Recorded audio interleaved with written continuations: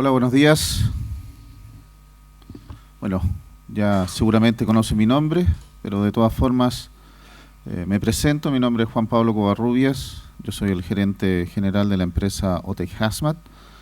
Esta empresa es una empresa chileno-americana, está compuesta por profesionales chilenos y fondos americanos. Nosotros como organización somos representantes del Instituto Internacional de Seguridad y Entrenamiento del Amoníaco de Estados Unidos, que es ASTI. Somos los representantes para toda América Latina y el Caribe. Por lo tanto, desarrollamos este tipo de cursos en prácticamente todos los países de América Latina. Una de las cosas que caracteriza este curso en particular, en que los ejercicios prácticos que realizamos son todos con amoníaco real, porque creemos que es la mejor forma de poder enseñar a todas las personas que tienen ya experiencia previa en el manejo del amoníaco, cómo poder controlar situaciones de emergencia que pudieran ocurrir, ya sea en forma operacional, diaria, en sus lugares de trabajo, y enseñarles, si bien para algunos pueden ser técnicas novedosas, pero la verdad que son técnicas que nosotros llamamos de la vieja escuela. Son técnicas que fueron creadas hace mucho tiempo, por allá por alrededor de los años 60, pero que hoy en día, nuevamente, debido a que eran muy efectivas, se han vuelto a reformalizar o reeducar a toda la nueva, por así decirlo, nueva generación de usuarios y respondedores de emergencia. Por lo tanto, los invito a cada uno de ustedes de que sean un poquito, amplíen su mente, no sean tan cuadrados, porque de verdad vamos a derribar muchos mitos y paradigmas asociados al tema del amoníaco. Los voy a dejar con ustedes a Rodrigo, quien va a iniciar justamente esta presentación.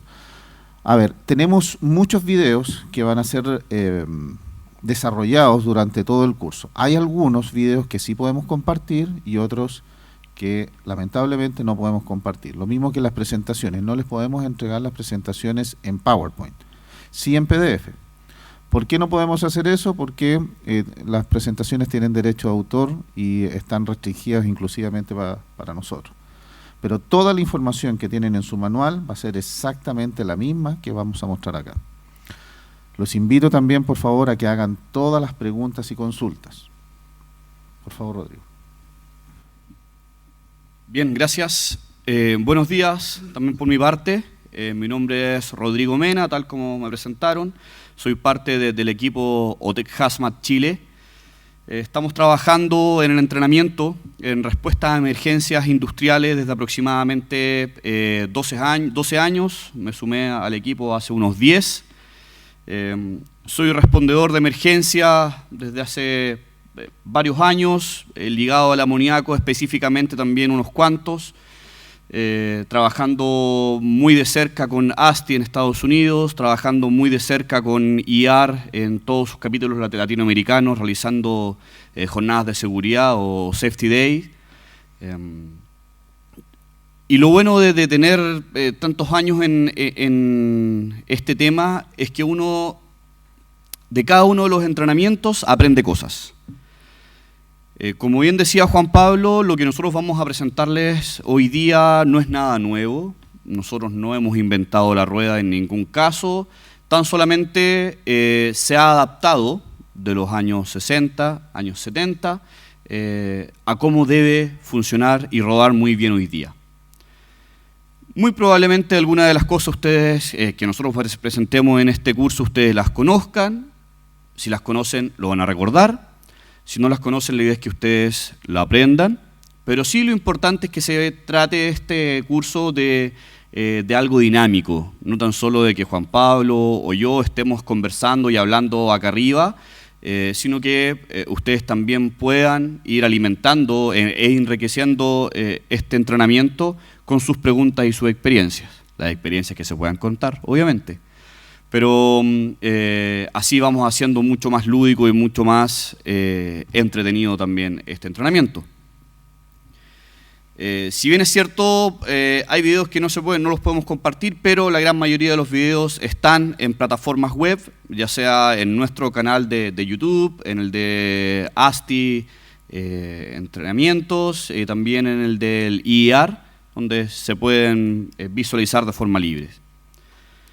Para iniciar, y de forma bien introductoria, voy a mostrarles, los voy a dejar con un video que generó y que diseñó el IER y que también como miembros nosotros de este Instituto Internacional de Amoníaco Refrigerante nos gustaría que lo vieran.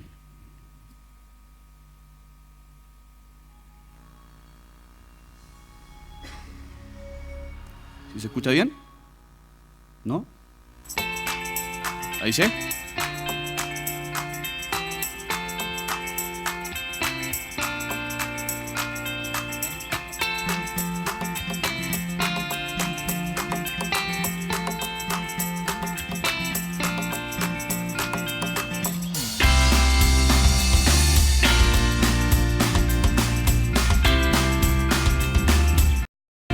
En nuestra sociedad moderna, a menudo damos por sentado la disponibilidad de los alimentos que consumimos.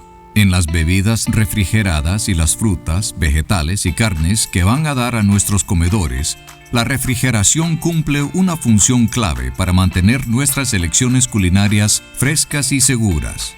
Los sistemas de refrigeración industrial que usan como principal refrigerante el amoníaco permiten a gente de todo el mundo gozar de un estilo de vida saludable y moderno.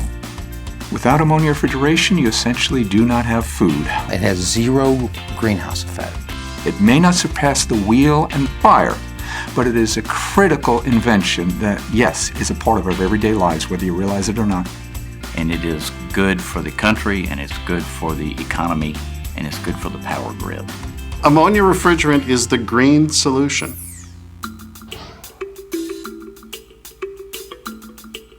Cuando se elige un refrigerante, se debe tener en cuenta varios factores claves como eficiencia energética, efectividad en función del costo. Ammonia is a very energy efficient refrigerant. You don't have the same level of leakages as you have with maybe some of the other non-natural refrigerants, so you're not using as much of the refrigerant. In that closed system, you're very, very efficient.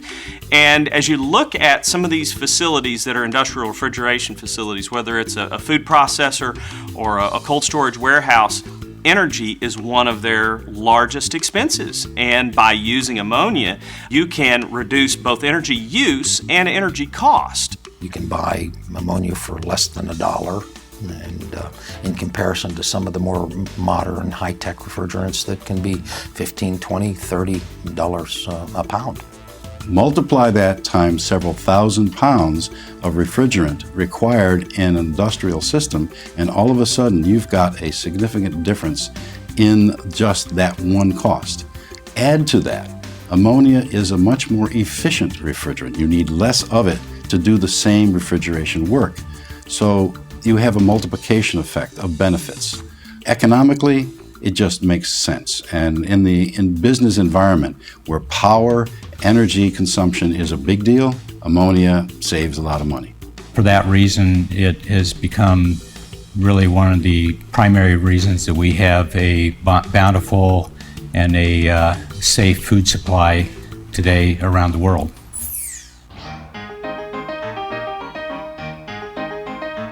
El amoníaco fue uno de los primeros refrigerantes que se usó cuando se creó por primera vez la refrigeración mecánica a mediados de los 1800. Rápidamente, el amoníaco se transformó en el refrigerante preferido para la preservación de alimentos congelando bloques de hielo.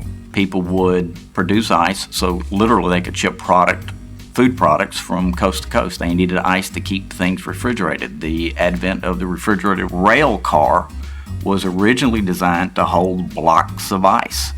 You didn't start seeing synthetics pop in until the 40s, and it was a way that people used to refrigerate for anything they wanted to make cold, ice making, food processing. So it's been around a real long time. It's a darn lot safer today than it was back then. Ammonia has been a refrigerant for well over 100 years, and there's a good base body of knowledge. It doesn't degrade with time. It doesn't attack the pipes at all. It's a very, very friendly refrigerant and safe. Members of the cold chain will turn to ammonia as their solution for refrigeration, and they turn to it because it is environmentally friendly and economical, and also because it is easy to maintain. It is self-alarming.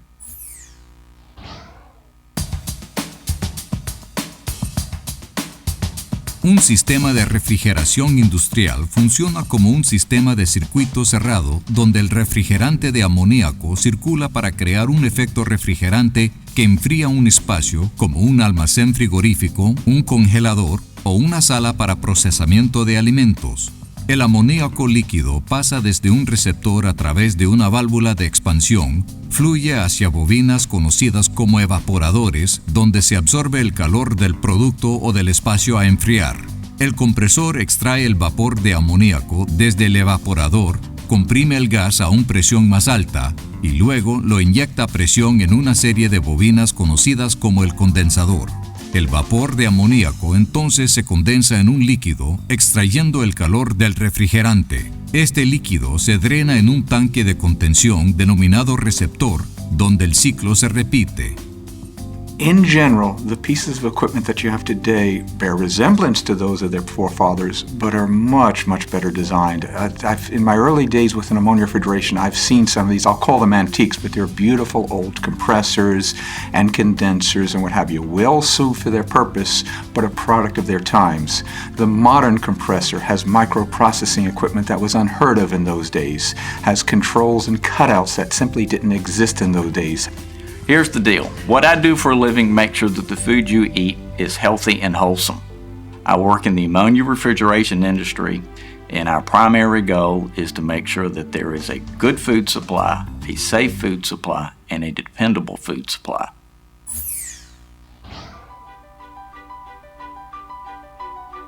El amoníaco es ecológico porque está naturalmente presente en el medio ambiente.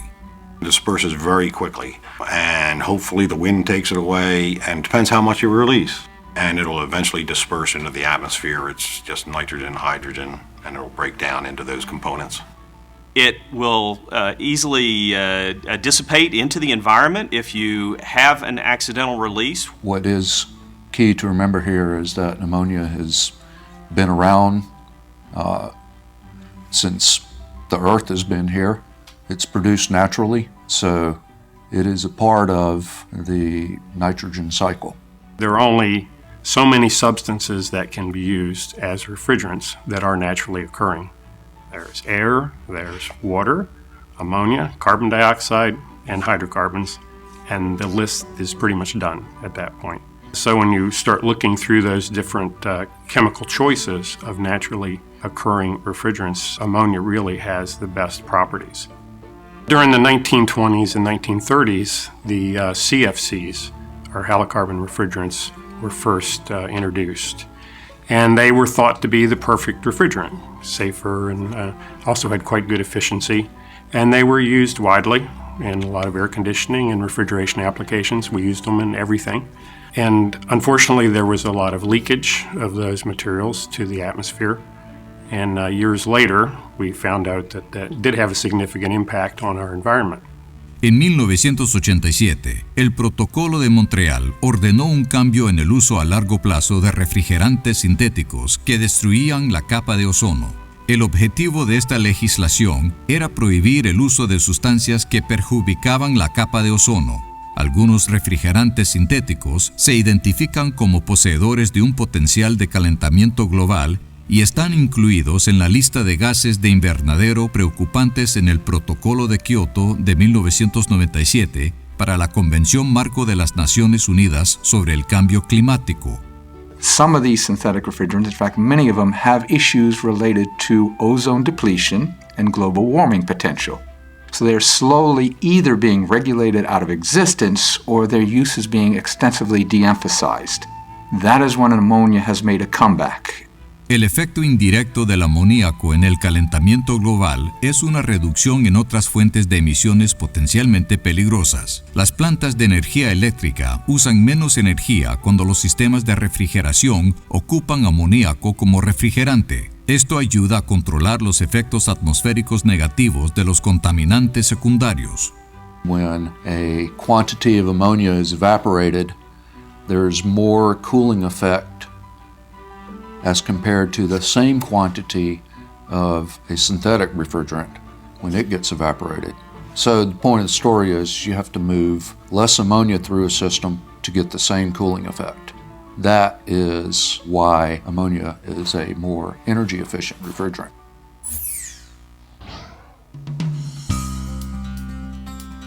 La industria de refrigeración ha desarrollado un conjunto de normas estrictas para la construcción y operación segura de sistemas de refrigeración con amoníaco y para equipos de respuesta para emergencias. Ammonia is a self-alarming substance. We all have a very, very sensitive ammonia detector right on our noses. We call it the pungent odor, other people call it the stink, of ammonia is quite simply an alarm. You don't like it. Your tendency is to retreat from it. And because of that, it's very, very safe. With other refrigerants, you really don't smell them. The accidents that occur with other refrigerants are because people don't really know that they're there, that they can go undetected, and they'll displace the air that's within a room and essentially suffocate people. From a novice's standpoint, there is a certain level at which ammonia's odor is very noticeable for anyone. Down around the 3 to 5 to 7 ppm level, virtually everybody can smell it and it is a noticeable odor. There then gets to become a higher level, the 25, 35 ppm or so, at which it is definitely present, and for many people, especially those unfamiliar with its use and who don't work on it on a daily basis, immediately say, it's here and I don't want to be here. El amoníaco tiene su cuota de peligros potenciales, pero está bien administrada mediante una relación de equipo fomentada por todos quienes trabajan con amoníaco. A través de este enfoque integral, los usuarios finales, los equipos de respuesta en emergencia y los reguladores trabajan para que el amoníaco se use y manipule de manera segura. I always use the example that my wife still can pump gas and knows nothing about mechanical, which, in my opinion, is probably a little more dangerous, a little more flammable than ammonia. Through organizations like IIR, we have developed safety standards and codes to ensure the safe use of ammonia. We have many training sources available for our mechanics and technicians to ensure that they're aware of the precautions that need to be taken and that ammonia is used safely in our industry. OSHA requires that we have process safety management programs in place for any facility that has over 10,000 pounds of ammonia on site. And they're primarily concerned about protecting the occupants of the facility. EPA has separate regulations in the risk management program also that are triggered at the 10,000 pound level. They're primarily interested in the impact on the environment and people that are off-site. Para sistemas con amoníaco medianos y pequeños, IIR sugiere el programa de administración de la refrigeración con amoníaco para operar de manera segura y eficiente un sistema con amoníaco pequeño. El amoníaco, al igual que todos los refrigerantes, presenta peligros potenciales. La buena noticia es que las normas de la industria para el diseño, la operación y la seguridad del sistema han permitido que miles de sistemas de refrigeración con amoníaco funcionarán sin fallas en el mundo por más de 100 años. La tecnología de computadoras modernas controla los sistemas mientras que dispositivos supersensibles detectan incluso la más mínima fuga de amoníaco. We're putting frequency drives on fans, frequency drives on condensers. That has a great effect on the energy efficiency of the system. That combined with modern computer and PLC controls make an ammonia refrigeration system very, very energy efficient. Many people in the industry today are looking at ways to reduce the refrigerant charge to make these systems even more inherently safe. And these are some of the developments that we're seeing in the industry today.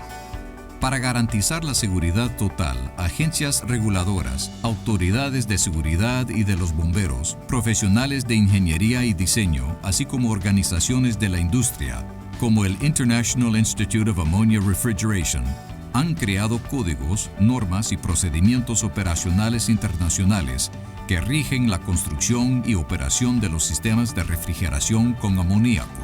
Today's refrigeration equipment is the safest that we've ever built. We've designed equipment with excellent controls today, and safety is built into the equipment. We have much less risk of leakage of refrigerant to the atmosphere.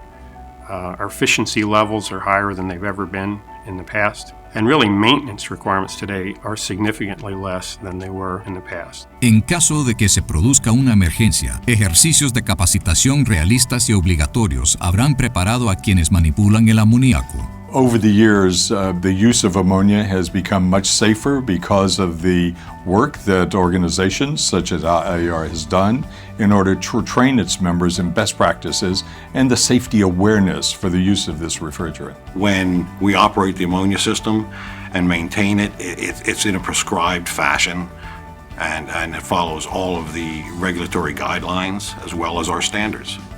IAR is very good because they're trying to be the advocate for the ammonia refrigeration industry, the go-to place for any type of ammonia information or advice.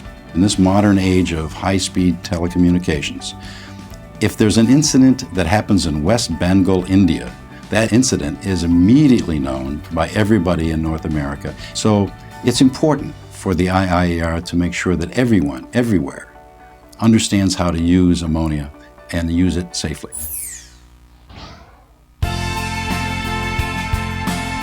El amoníaco es una solución global que ayudará a nuestro mundo y a las sociedades en desarrollo a prosperar. Los países en vías de desarrollo y muchos otros han recurrido a la refrigeración con amoníaco como la solución para ayudar a mantener la salud de sus naciones y el crecimiento de sus economías. Organizaciones como IIAR están realizando actividades de extensión y orientación para ayudar a países en desarrollo a implementar procedimientos de operación seguros. Así que, de cara al futuro, estamos creando un sistema de cadena de frío global exitoso encabezado por el amoníaco. I think it's growing. I think there is a very high interest all around the world. Ammonia is easily produced, and it is actually available in all parts of the world. And so, with a little bit of training that the IIR in particular is willing to give and is happy to provide, the entire world can enjoy the benefits of the food safety and refrigeration safety that we've developed here in the United States. The Food and Agriculture Organization put out a study not too long ago that said we're going to have to double food production by 2050 to feed a growing population of up to 9 billion people. And one of the things we'll need to do is increase production, that's for sure, but we also want to make sure that we're reducing waste and food loss. And the cold chain is a critical way that we do that. And ammonia is the best, most efficient, and effective industrial refrigerant that's going to keep all of that perishable food from going bad and being wasted or lost. El amoníaco deja el helado y otros deliciosos postres listos para servir en su mesa. El amoníaco es un refrigerante de eficacia comprobada que tiene la eficiencia energética mejor catalogada entre todos los refrigerantes. El amoníaco tiene un largo historial de uso seguro y es el más sostenible desde la perspectiva ecológica. Entonces, cuando se siente a comer su próxima comida, puede agradecérselo al amoníaco, el refrigerante natural preferido, y a la industria de la refrigeración por esta moderna comodidad. Ammonia is the most efficient, effective, safe, and reliable way to feed the world. A vintage refrigerant applied to modern systems. Totally natural. It's environmentally friendly. Ammonia is the refrigerant of the future.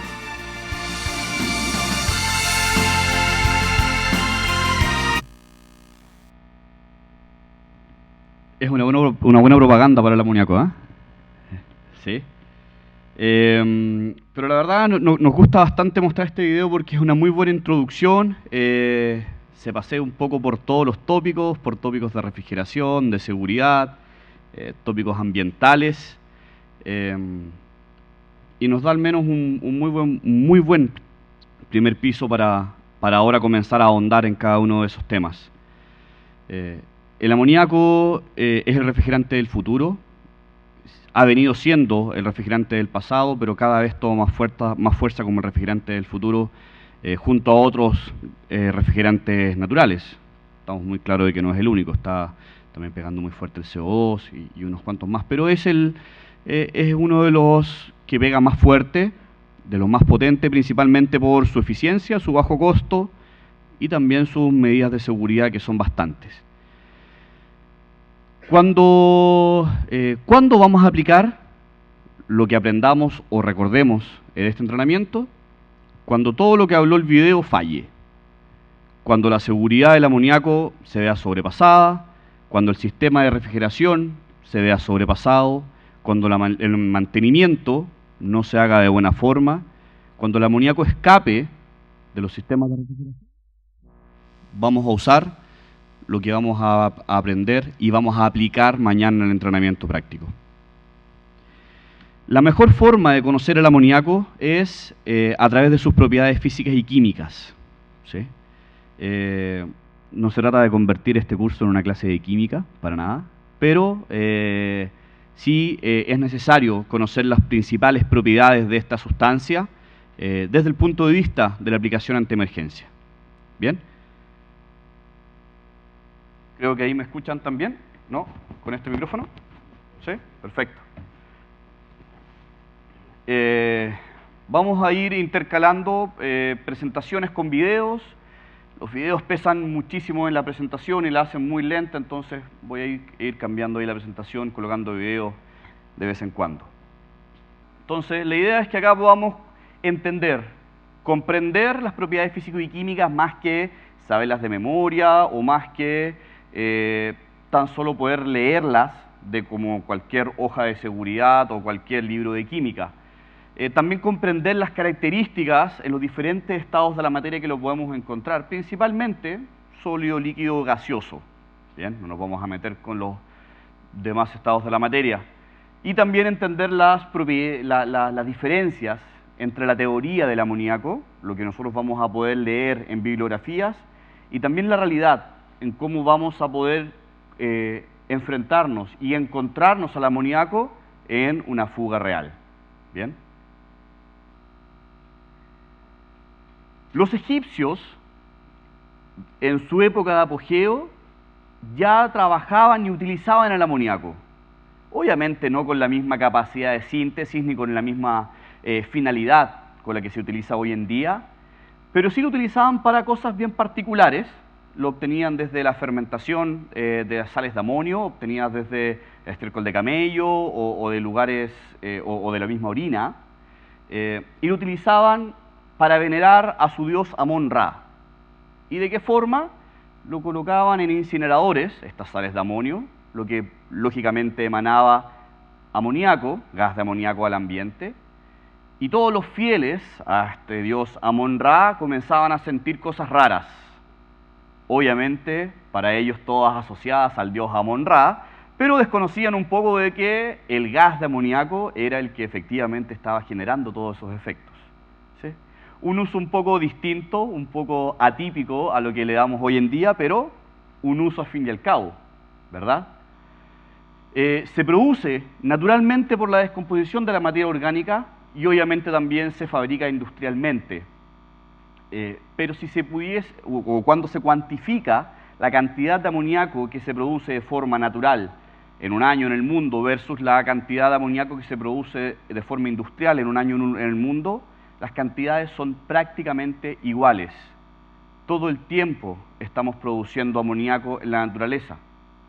Es esencial para muchos procesos biológicos, como por ejemplo para que la vaca pueda producir leche, tiene que pasar dentro del hígado de la vaca un proceso metabólico en donde se capturan las proteínas y dentro de esos eslabones metabólicos hay unas cuantas moléculas de amoníaco que se siguen metabolizando en hígado, se sintetizan en riñones y se elimina luego por la orina.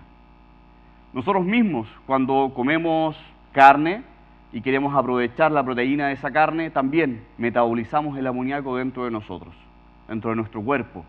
Así que hay que sentirlo un poquito más propio el amoníaco versus lo que siempre lo vemos en la refrigeración. A ver, ¿cuántos de ustedes son fabricantes de amoníaco? ¿Hay alguien que fabrique amoníaco acá? ¿Nadie? ¿Alguien que sea instalador de sistemas de refrigeración de amoníaco? Levanta la mano. Perfecto. ¿Alguien que sea usuario final de refrigeración? Perfecto.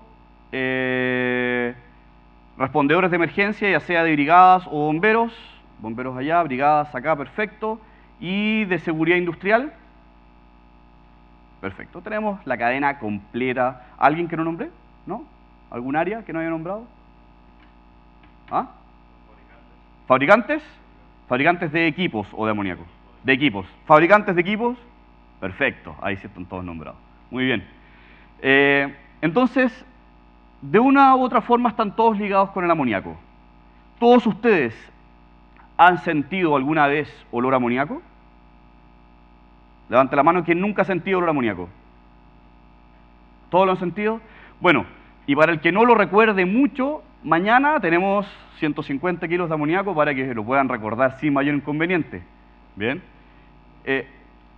Todos ustedes van a estar de acuerdo conmigo entonces de que el olor a amoníaco no es grato, ¿sí? No es un olor amigable, no es como para tenerlo en un desodorante ambiental ahí en la casa o en el baño, no es muy grato. Es más bien un olor fuerte, acre, como lo caracterizaba el video anterior. Es un olor bastante purgente, un olor fuerte, que te invita a no estar ahí, ¿sí? Al principio te invita de forma muy cordial. Te dice, estoy yo presente, tú no puedes estar acá. Cuando comienza a aumentar las concentraciones, se coloca un poco más desagradables y te echa a patadas del lugar. Pero al principio es bastante cordial. Pero el amoníaco es un gas. Y aquí es donde se comienza a generar, y hay que generar la primera característica muy principal del amoníaco, que es un gas. Que si bien es cierto, lo podemos encontrar en un estado líquido y también inclusive en un estado sólido, pero el amoníaco es un gas. Si yo les pregunto, el agua, ¿qué es? ¿Líquido, sólido, gaseoso? Líquido, ¿verdad? Porque en condiciones normales, químicamente hablando, que son 20 grados Celsius y una atmósfera de presión, es líquido. Y el amoníaco, bajo esas mismas condiciones, es gas. Y bajo esas características, bajo esas condiciones, es un gas que es incoloro. El gas de amoníaco no se ve, pero gracias a su olor podemos percibirlo muy rápidamente. Si el amoníaco no tuviese olor, yo podría tener llena esta sala de amoníaco y nosotros estaríamos todos muertos sin ni siquiera darnos cuenta, porque es incoloro. ¿Bien? Entonces, partamos de esa base para poder caracterizar todas las propiedades físicas y químicas del amoníaco, que están todas hechas en base a su estado natural, a que es un gas. ¿Bien? Se transporta, lógicamente, como un gas comprimido licuado y también se almacena de esa misma forma, en donde el gas se introduce dentro de un contenedor, se le aumenta la presión y con eso se licúa para hacerlo más eficiente, lógicamente. Se conoce como amoníaco anhidro, en donde esa palabra anhidro viene del acin, hidro de agua, en donde es incapaz molecularmente hablando de formar moléculas de agua.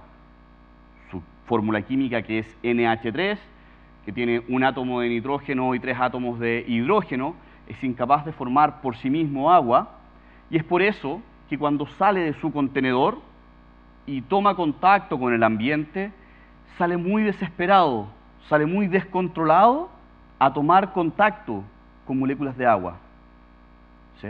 Que las va a captar de cualquier forma, de cualquier parte, de la humedad relativa ambiental, de la lluvia que puede estar cayendo en ese momento, de un charco de agua, e inclusive de nuestro propio sudor. ¿Bien? pese a que tiene más átomos de nitrógeno que de hidrógeno, por un tema de pesos moleculares, el 82% de la estructura del amoníaco es nitrógeno. Y es por eso que es tan amigable con el medio ambiente, porque al momento en que sale a la naturaleza, en un lapso no más allá de 5 días, entre 3 y 5 días, molecularmente hablando, se ioniza, se destruye a nivel atmosférico, en donde el hidrógeno pasa a formar parte natural de la atmósfera superiores y el nitrógeno pasa a ser parte de nuestro ciclo del nitrógeno. Nosotros necesitamos nitrógeno para vivir. Sin nitrógeno no pudiésemos vivir. Es muy soluble en agua y también se evapora muy fácilmente cuando está en estado líquido. Y pese a que cuando nosotros buscamos las propiedades químicas del amoníaco en cualquier literatura, va a parecer que tiene un pH entre 11,5 o 11,9, varía algunas literaturas. Al momento en que nosotros tomemos una simple papel o cinta de pH, ¿sí? Las conocen, ¿verdad? Estas cintas que varían de color. Y hagamos un análisis en el campo, en terreno, vamos a encontrar de que nos va a indicar un pH 14. ¿Sí? ¿Por qué? Porque recuerden de que es anhidro y ya tomó contacto con esta humedad ambiental y ya potenció su potencial, su efecto, corrosivo, porque es higroscópico. Le encanta tomar contacto con el agua. Cuando lo mezclo directamente con un líquido, como el agua, voy a formar una solución en donde ya no es amoníaco, sino que pasa a denominarse, químicamente hablando, como hidróxido de amonio, o hidróxido de amoníaco, o agua amoniacal, también le conocen en alguna parte. ¿Sí? ¿Cómo se le denomina acá? Hidróxido de amonio, perfecto. Amónico, en donde su fórmula química ya no es NH3, sino que es NH4OH, ¿verdad? En donde este grupo de hidroxilo va a generar un pH alcalino. Y de la misma forma, cuando nosotros busquemos en las hojas de datos de seguridad o las propiedades químicas el pH del hidróxido de amonio, vamos a encontrar que también está alrededor del 11,5 o 12, pero en terreno, cuando mezclemos agua y amoníaco, o usemos agua para responder a una fuga de amoníaco, vamos a encontrar o vamos a estar presentes frente a una sustancia alcalina fuerte con un pH 14. ¿Bien? Ya lo mencioné, no destruye la capa de ozono y es muy fácilmente absorbido y o degradado por la naturaleza. Cualquier pregunta, comentario o intervención que tengan, la pueden hacer sin inconvenientes. ¿Lo podemos licuar a temperatura ambiental? Sí, a unos 10 grados Celsius, pero debemos aumentarle la presión, ¿verdad? ¿Lo podemos congelar? También tiene una temperatura de solidificación o de fusión de menos 78 grados Celsius. Y esto es una propiedad súper importante, que lo vamos a usar bastante para la respuesta de emergencia, que es que tiene una temperatura de ebullición de menos 33 grados Celsius. ¿Sí? ¿Qué significa la temperatura de ebullición de un líquido? Cambia de fase, ¿sí? ¿De qué fase a qué fase? De líquido a gas, ¿verdad? ¿Pero esa temperatura comienza a cambiar de fase? No. ¿Qué pasa a esa temperatura de ebullición? Claro, se genera el máximo nivel la máximo potencial de esa sustancia para emitir vapores, ¿verdad? Entonces, lo que el agua le sucede a los ¿cuántos grados Celsius? A los 100, ¿verdad? A una atmósfera de presión. Al amoníaco le va a suceder a los menos 33. Lo que no quiere decir de que el agua a los 75, 80 grados Celsius también emite vapores, ¿verdad? Pero en menor potencial, en menor cantidad de los que emite a los 100 grados Celsius. El amoníaco es lo mismo. Bajo estos menos 33, menos 50, menos 40 también va a emitir vapores. Pero los que va a emitir van a ser menos que los que va a emitir a los menos 33, que va a ser la máxima capacidad que tiene para emitir vapores. ¿Bien? Esto sitúa al amoníaco líquido entre un rango de temperaturas de menos 33 grados Celsius a menos 78 grados Celsius, ¿verdad? ¿Y eso es caliente o es frío? Muy frío, ¿verdad? Es muy frío. Y justamente es una de las razones por las cuales es utilizado en los procesos de refrigeración, porque tiene una alta capacidad para absorber el calor. Bien. Si bien es cierto, en estado gaseoso es invisible, es incoloro.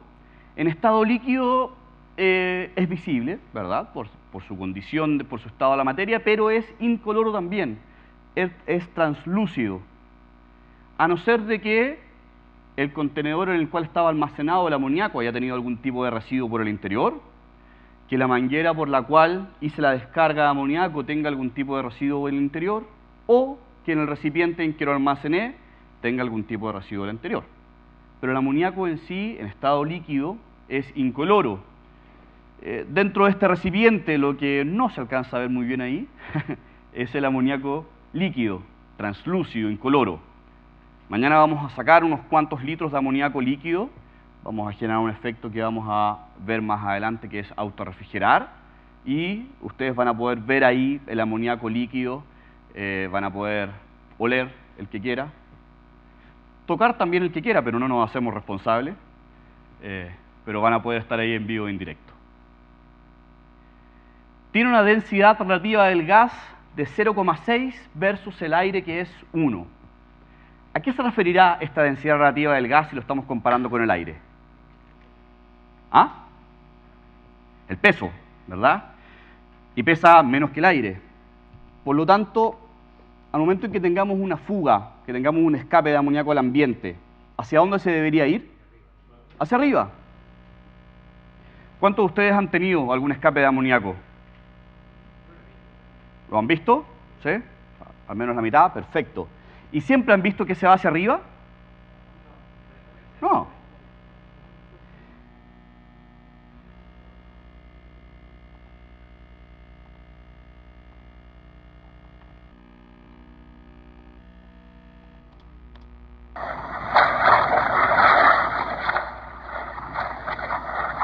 ¿Hacia dónde se está yendo aquí en este video?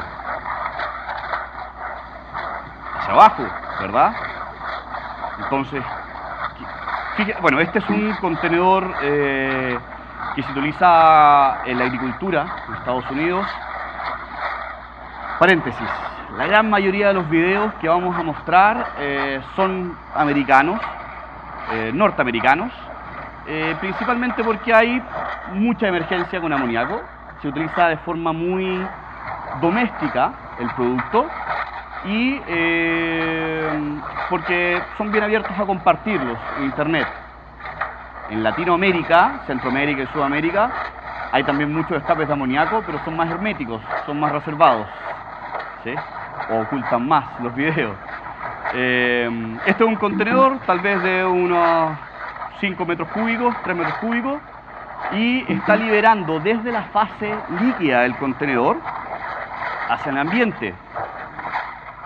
Fíjense de que se alcanza a ver ahí una manguera que está saltando para todas partes y que pese a que sale con harta presión, aproximadamente unas 7 o 10 bares, toma contacto con el ambiente e inmediatamente se va hacia ¿dónde? Hacia abajo. Entonces, ¿quién miente aquí? ¿O miente el video y no es amoníaco? ¿O miente la literatura y no tiene realmente una densidad relativa del gas de 0,6? ¿O es una combinación de un poco de los dos? ¿Sí? ¿Qué sucede acá? ¿Perdón? ¿Que en estado gaseoso no llega a estar? ¿Y qué sería lo que estamos viendo entonces? Una mezcla de estado gaseoso y estado líquido, efectivamente. ¿Cómo le denominan esa mezcla acá? ¿Aerosol? ¿Sí? ¿O no? ¿Sí? Perfecto, aerosol. Justamente, es una mezcla de amoníaco gas con amoníaco licuado que sale con presión y eso se denomina aerosol. Dijimos de que el amoníaco licuado, ¿en qué temperatura se encontraba aproximadamente? ¿O entre qué rango de temperatura? De menos 33 hacia abajo, ¿verdad? Hasta los menos 78. Por lo tanto, en esa nube vamos a encontrar el amoníaco caliente o frío. Frío, ¿verdad? frío. ¿Poco frío o muy frío? Muy frío. Punto 1. Lo que no estamos viendo aquí, efectivamente, es el amoníaco gas, que si tuviésemos, y vamos a ver unos cuantos videos más adelante con cámaras de imagen térmica, sí se va a estar yendo hacia arriba, va a ser más liviano que el aire, pero es incoloro, lo vemos.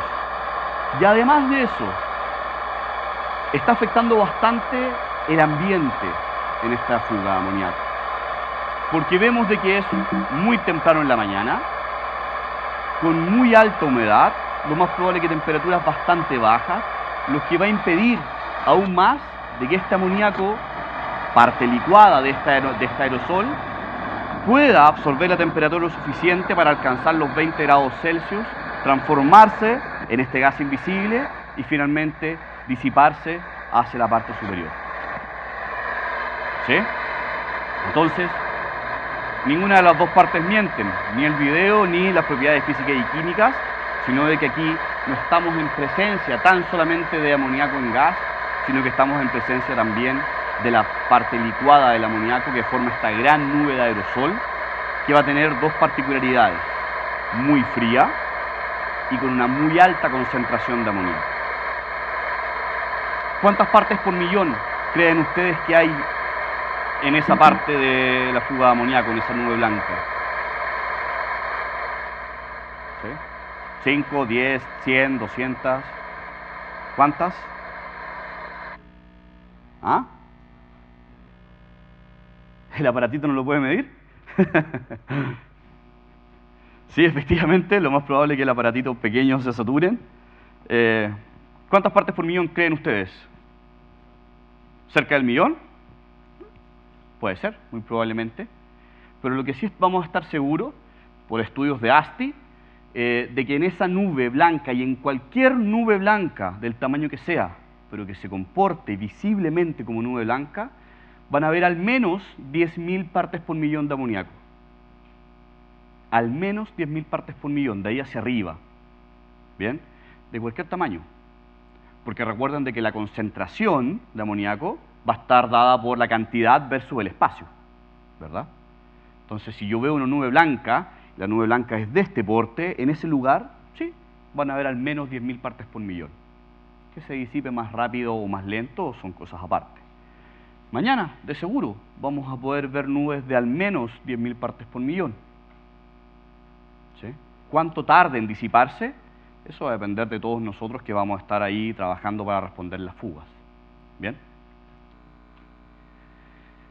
Tiene una densidad relativa del líquido de 0,68, lo que va a indicar de que un litro de amoníaco no pesa 1 kilo, sino que va a pesar 680 gramos. Y esta va a ser una propiedad que nos va a dar una respuesta y una seña de el por qué el agua no es para nada efectiva frente a fugas de amoníaco aerosol. Porque dijimos que el aerosol era mezcla de líquido y gas, por lo tanto, ese líquido va a tener una gravedad específica, una densidad relativa del líquido distinta al agua y se va a comportar de una forma muy particular y muy reactiva que vamos a ver un poco más adelante. Tiene también una presión de vapor de 8,5 atmósferas, lo que sumado a un coeficiente de expansión de 850 veces esa 1, va a significar de que una parte de amoníaco licuado, cuando alcance la temperatura suficiente para ebullir y transformarse a gas, va a ocupar 850 veces el espacio que ocupaba de forma licuada. Si una gota pequeña de amoníaco licuado era de este porte, cuando se expanda producto de la evaporación, va a ocupar 850 veces ese espacio. ¿Bien? Tiene también una temperatura de autoignición de 651 grados Celsius. Usos del amoníaco. Si bien es cierto, según lo que me comentaron, acá en España y entiendo que en Europa no se utiliza mayormente el amoníaco de esta forma, sí se utiliza como base para fabricar amoníaco, perdón, fertilizante, que no es donde está mayormente distribuido en el mundo, pero sí es donde se utilizan las mayores cantidades de amoníaco en el mundo. ¿Sí? En una granja muy fácilmente se pueden ocupar 3 toneladas, 5 toneladas de amoníaco en un solo día. En un sistema de refrigeración puede mantenerse años con esas mismas 3 o 5 toneladas, ¿verdad? Entonces, insisto, no es donde está mayormente distribuido, pero sí es donde se utilizan la mayor cantidad de amoníaco a nivel mundial. ¿Bien? Ya sea para inyectarlo de forma directa, como en este caso un video norteamericano, o para utilizarlo como base para fabricar. Algo para complementar en relación a este video. Yo que vivo y trabajo directamente asociado a cómo se utiliza este amoníaco. En Estados Unidos, en realidad no hablemos de Estados Unidos, en Norteamérica, debido a la alta producción agrícola, la producción agrícola en Norteamérica no se detiene por las condiciones o las estaciones del año. Allá se produce de enero a diciembre. Por lo tanto, para poder producir esas cantidades pero gigantescas de alimentos, la única forma de poder entregar la cantidad de nitrógeno necesario para la tierra es inyectando el amoníaco directamente en la tierra, como pueden ver en el video. Por lo tanto, los discos de arado, cuando hacen la preparación de la tierra, en el disco de arado va conectada una pequeña manguerita, y esa manguerita va inyectando el amoníaco que sale del estanque nodriza. Ese es el estanque, así se llama, el estanque nodriza. Sale amoníaco líquido como gas comprimido licuado y se va inyectando directamente en la tierra. Por lo tanto, el disco de arado, ¿qué es lo que hace? Levanta la tierra, inyecta el amoníaco y la tapa. Por lo tanto, la vaporización del amoníaco se produce dentro de la tierra y de esa forma ya la tierra capta y absorbe todo el nitrógeno necesario. Una vez que se ha inyectado el amoníaco, se deja reposar el terreno 3 días, al 4.º día se siembra y al mes se está cosechando. Después vuelta a hacer lo mismo y la producción no para. La única forma de entregarle el nitrógeno necesario a la tierra es de esta forma. ¿Ya? Por lo tanto, Canadá, Estados Unidos, México y algunos países de Sudamérica que tienen que producir todo el año utilizan el amoníaco de esta forma como fertilizante. Y todos los agricultores tienen en sus campos plantas de almacenamiento de amoníaco en donde tienen los estanques inmensos, los transfieren a los estanques nodrizas y de esa forma ya fertilizan su campo para poder producir todo el año diferentes tipos de alimentos u hortalizas. Sí, justamente eso, y es bastante más eficiente que estarlo convirtiendo en fertilizante solidificado y mezclándolo con fósforo, con potasio, y se le deja básicamente el trabajo a las bacterias ribosomales desde las raíces de las plantas que capten este 82% de nitrógeno y lo utilicen para su crecimiento. ¿Sí? El segundo mayor, la segunda utilización en donde se usa mayor cantidad de amoníaco en el mundo es como base para fabricar explosivos, principalmente nitrato de amonio. Chile, por ejemplo, es el tercer productor a nivel mundial de nitrato de amonio porque, bueno, se utiliza muchísimo en la minería. Chile es un país de economía minera y también se exporta bastante, principalmente con este propósito, el uso en la industria minera. Pero lo que nos convoca hoy día, y si bien es cierto, donde no es la mayor cantidad de amoníaco en el mundo, pero sí donde está mayormente distribuido por todo el mundo, sin excepción, es en la industria de la refrigeración. ¿Sí? En los 5 continentes vamos a encontrar amoníaco utilizándose en la refrigeración y principalmente porque, ya lo conversamos, es eficiente, es amigable, es ecológico, es amigable con el medio ambiente y también porque es un gas relativamente económico, barato. ¿Ok?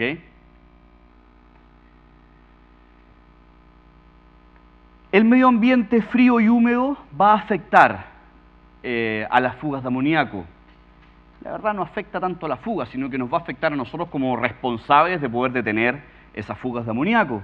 ¿Y de qué forma? va a ser de que esta nube de amoníaco se mantenga más tiempo a ras de suelo y tarde más en disiparse. Yo quiero que el amoníaco se disipe, yo quiero que el amoníaco esté lo más alto posible para que no esté a la altura del 1,5 metros, 2 metros, donde vamos a estar nosotros las personas, ¿verdad? La humedad, la niebla, el frío, la lluvia, o si la fuga es demasiado permanente, va a generar de que se produzcan estas nubes grandes de amoníaco que van a ser bastante permanentes a la parte baja del suelo. Si nosotros tenemos un día caluroso o con poca humedad, se va a formar un patrón en la nube de amoníaco en donde si imaginamos que esta fuga va a tener una forma de V, ¿verdad? Va a ser una V más estrecha, más cerrada, y se va a disipar también más rápido, a diferencia de si tenemos una V más amplia, más abierta, va a significar de que se está expandiendo mucho más el amoníaco y por ende va a tardar mucho más tiempo en disiparse, que insisto, no es lo que queremos.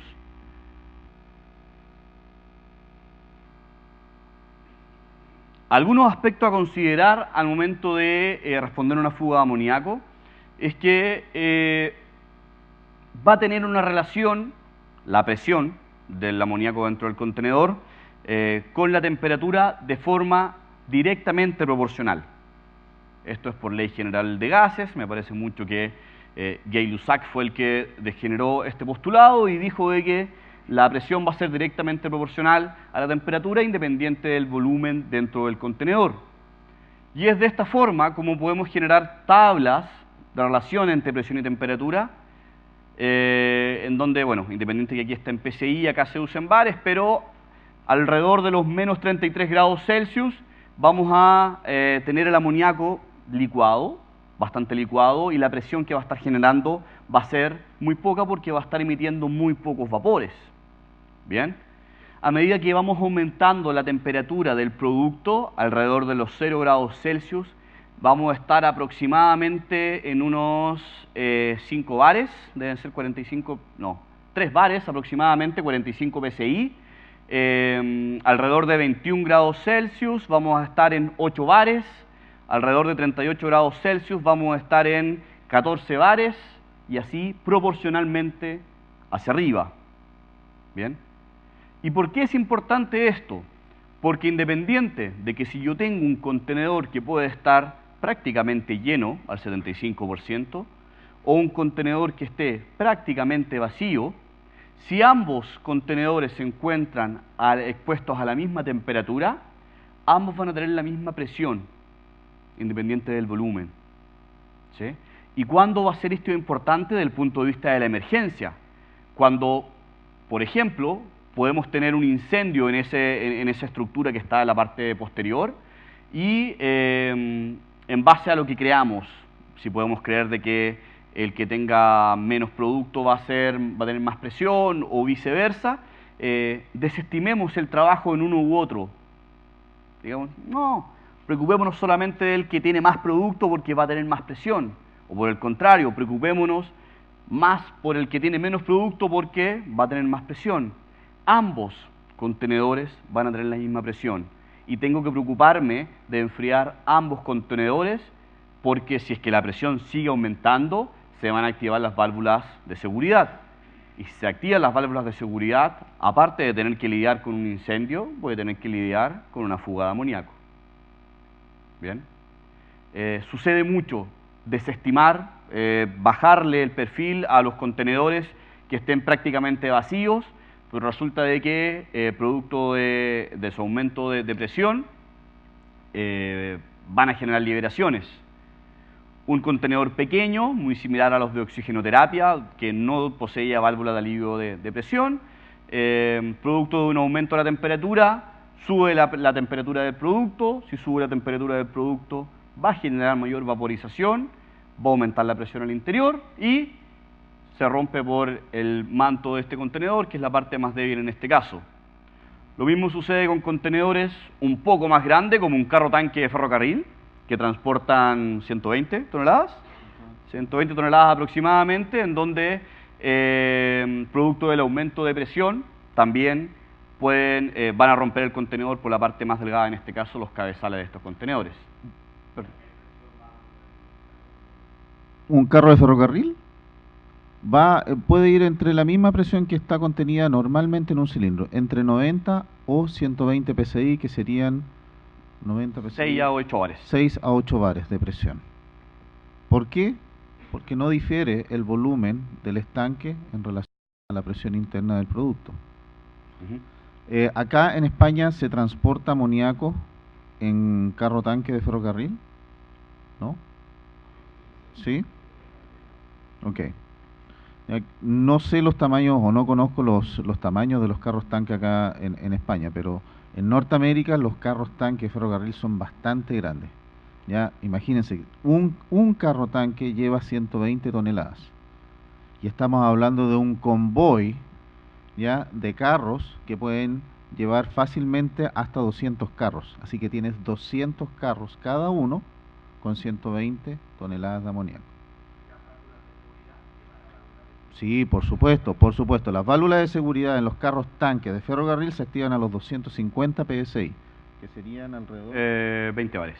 20 bares. No, 7, 14, ver, sí, 18 bares aproximadamente. Sí. Ahora, estos carros tanques de ferrocarril son bastante gruesos.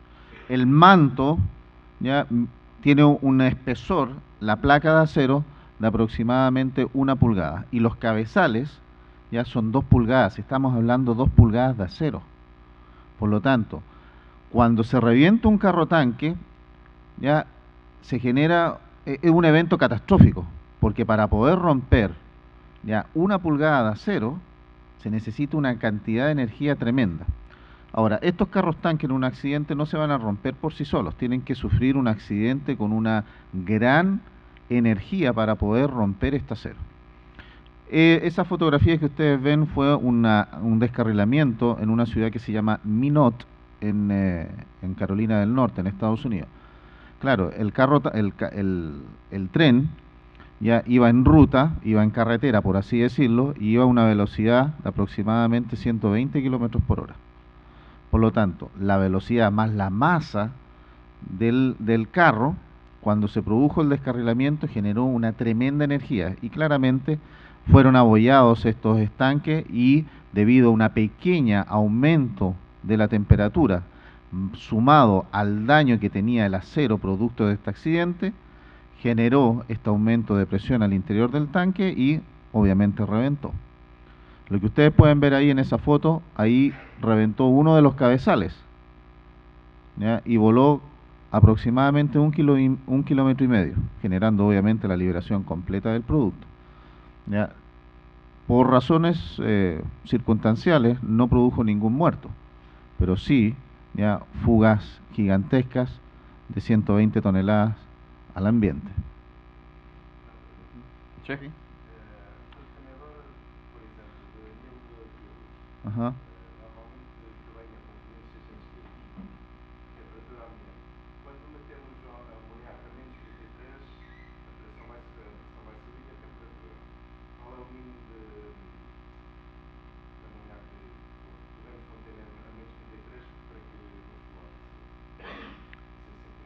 A ver, todos los cilindros a presión se pueden cargar entre 75 y 80% de la capacidad del cilindro. ¿Ah? No.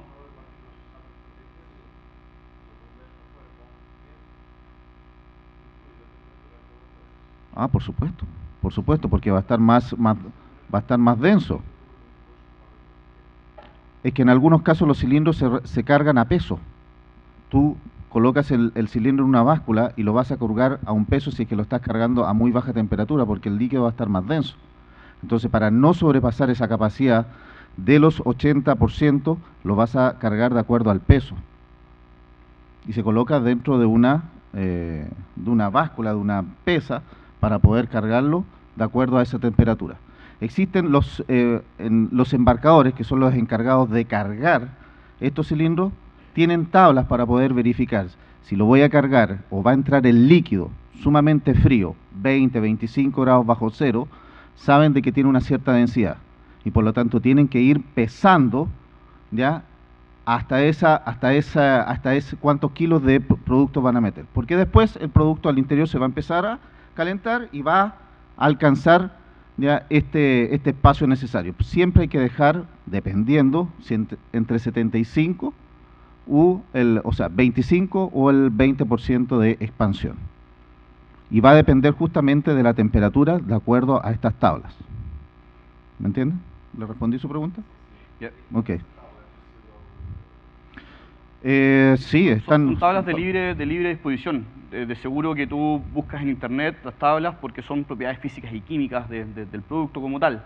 Inclusive hay manómetros que vienen en relación no de densidad temperatura, sino que vienen en relación presión-temperatura. Y a medida de que, tal como lo mencionábamos anteriormente, que aumenta la temperatura, va también a aumentar la presión. Porque imagínate que tú cargas un cilindro de 1 tonelada, que en realidad le dicen cilindro de tonelada, pero nunca se llena 1 tonelada. Ya pueden llegar entre 500 a 600 litros de producto, kilos. Imagínate que tú lo cargas a menos 33 y tú pensando dices, no, voy a cargar hasta el 80% del cilindro, para dejar entre paréntesis, porque tú crees un 20% de expansión, pero lo estás cargando a menos 33, completamente frío, denso. Ese cilindro lo colocas en un vehículo que lo va a llevar a una zona y va a recorrer 1000 kilómetros. Y justo va a llegar a una zona ambiental que hace mucho calor. Tú no consideraste esa expansión que iba a tener y ese calentamiento, por así decirlo, por la temperatura ambiental que iba a tener el producto al interior de ese cilindro, y cuando llegue a su destino ya no va a estar cargado 80%, es muy probable que esté 95 o 98% lleno, o sea, con una cámara muy chiquitita. Por lo tanto, va a estar al borde posiblemente de la activación de las válvulas de seguridad, porque la expansión que tiene al interior de ese cilindro es muy pequeñita y la presión al interior ya no va a ser 90 psi cuando tú lo cargaste, o de 0 psi, va a ser mucho más. Con cualquier gas comprimido. Cualquier gas comprimido a la temperatura que lo cargues. Exacto. Justamente. Cualquier gas comprimido licuado. Sí. Por lo tanto, existen tablas, y esos están establecidos, no son tablas que son secretas, ya son tablas públicas, de acuerdo a la densidad, a la temperatura del producto, tiene una cierta densidad. ¿Me entiendes? A más baja temperatura, más denso, más pesado del producto. ¿Ya? Pero muy buena tu pregunta y voy a tratar de buscar esa tabla del amoníaco, de la densidad. Sí, justamente. Pero aunque creas, no es un accidente que te pasó a ti, es muy común. Bastante frecuente. Es bastante frecuente por esa información que no la poseen. Sí.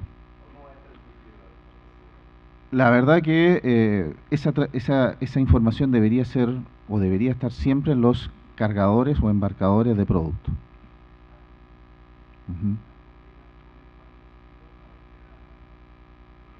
Pero él cargó a menos 33.